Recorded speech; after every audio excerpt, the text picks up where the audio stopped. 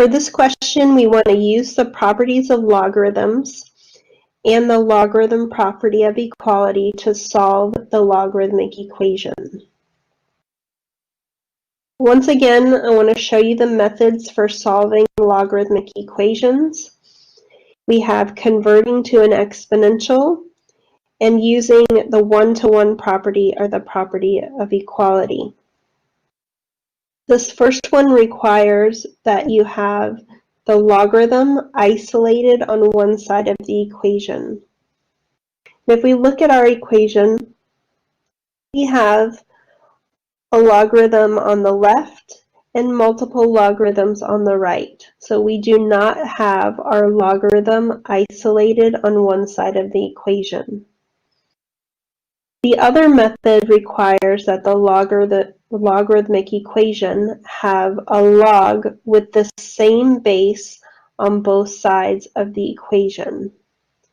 So we have log with no base specified, so that means it's base 10. And then we have another log with no base specified, so that's base 10.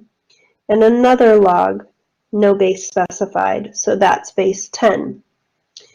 So it's looking like we want to use the second method, which is the property of equality or the one-to-one property for logarithms.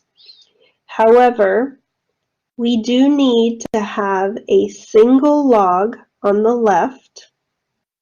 It needs to be isolated. If we look at our example here, that 2 means that this logarithm is not isolated. And then we also need a single logarithm on the right.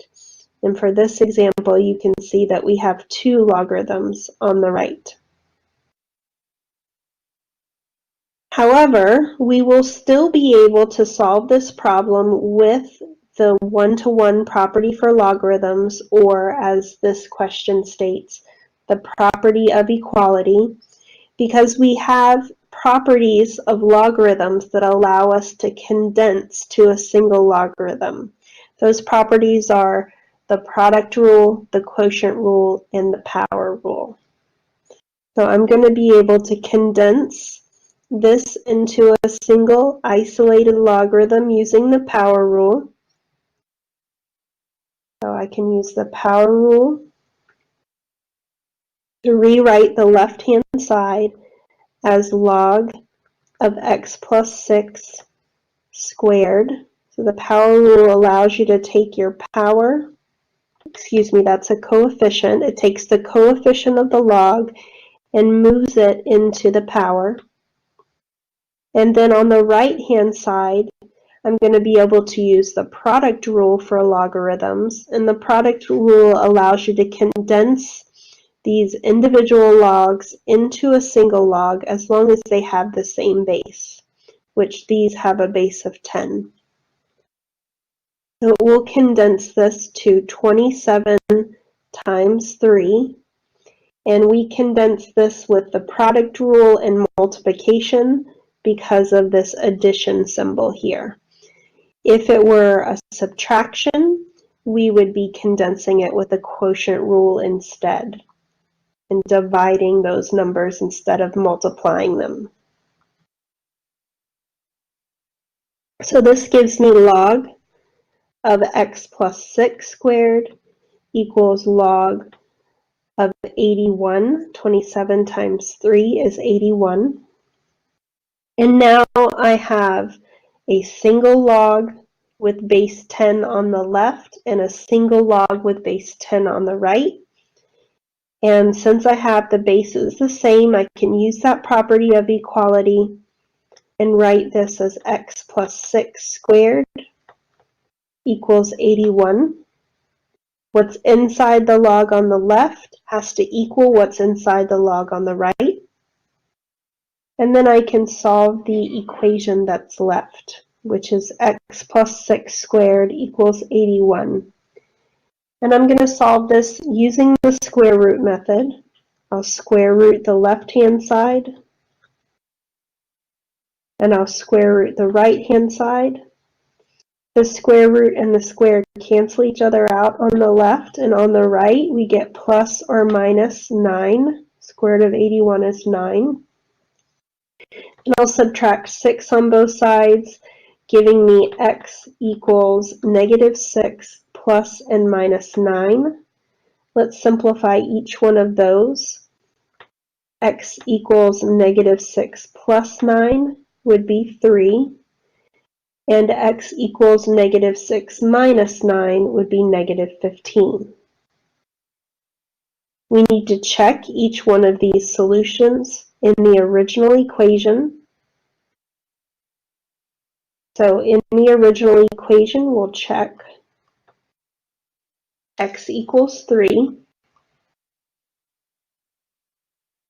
In the original, that would give me 2 log of 3 plus 6 equals log of 27 plus log of 3.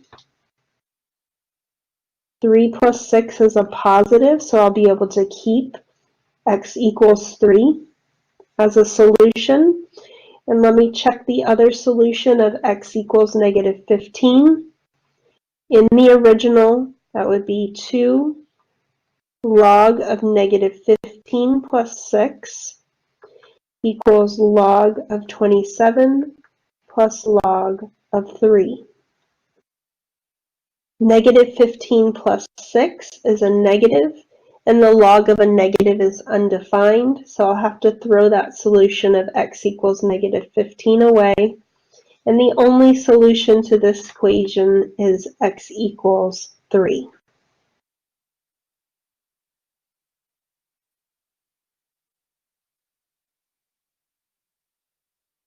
For this question, we want to use the properties of logarithms and the logarithmic property of equality to solve the logarithmic equation. Our equation is log base 4 of 3x plus 2 equals log base 4 of 14. So let's once again look at our methods for solving logarithmic equations.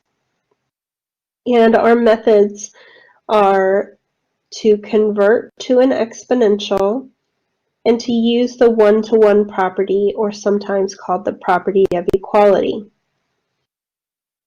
So the first method requires that you have your logarithm be isolated on one side of the equation, and we have a logarithm on each side of the equation. So that doesn't really fit the first method. The second method requires us to have a log with the same base on both sides. We have a log with base 4 on the left and a log with base 4 on the right. So this fits the second method. With the second method, what we do is we have the log with the same base on each side, and this property of equality says that what's inside the log on the left must equal what's inside the log on the right, giving us a new equation, u equals v. So that's what we're going to do with this example. We have log base 4 on the left and log base 4 on the right. So what's inside the log on the left must equal what's inside the log on the right. This gives us a new, simpler equation to solve. We're going to solve for x. So we subtract 2 on each side, giving us 3x equals 12. Divide both sides by 3, giving us x equals 4. We need to check this solution to make sure that we don't take the log of a negative. So we're going to check x equals 4. That gives me log base 4 of 3 times 4 plus 2 equals log base 4 of 14. 3 times 4 is 12. And we can see that 12 plus 2 is a positive value, so we're going to be able to keep that solution of x equals 4. And the solution to this logarithmic equation is x equals 4. Thank you for checking out my videos. Have a great day.